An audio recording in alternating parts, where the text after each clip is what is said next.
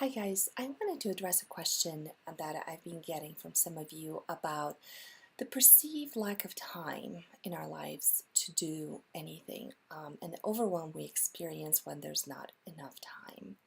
So I had to deal with this question a lot and with this challenge a lot when I was working in Silicon Valley. And as you guys know, tech is an industry that moves very, very quickly.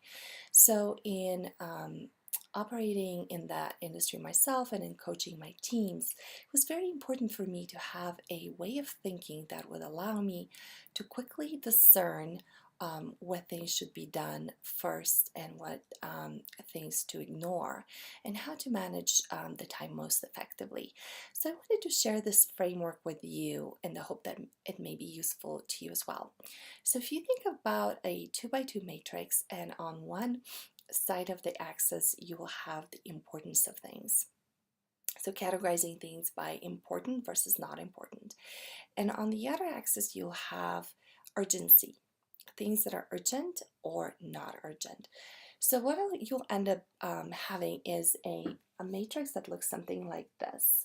So um, you'll have 4 squares. And in thinking about these squares, what you want to do is you want to obviously ignore the square that is not urgent and not important.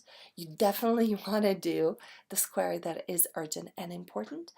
But then where most people get in trouble is allocating time between things that are important but not urgent, and then things that are coming that are urgent but not important. Most people, if they're completely in reactive mode, will allocate all their time in addressing urgent things, irrespective of whether they're important or not. And they'll will never ever have time for the things that are important but not urgent. And we want to fix that. So the way to fix it is to actually have a very clear understanding of what is important and not important. The urgency is clear. When it comes to you, if it's, hair on fire, it's urgent. You will never be not clear about the urgency of something. However, on the importance, that is where a lot of people surprisingly don't have very good categorization of what things in their lives or in their work are important to them and why.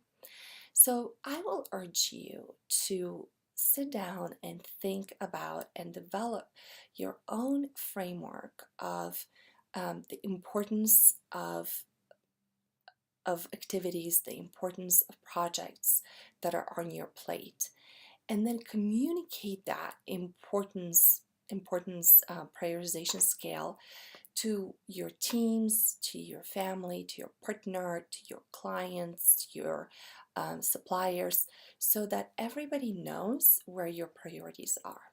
Because that will make it a lot easier for you, A, to spend less time figuring out if something is important or not, but B, if you come across an item that's urgent but not important, it will be easier for you to then say no or explain to those around you why you are going to postpone it or put it on the back burner.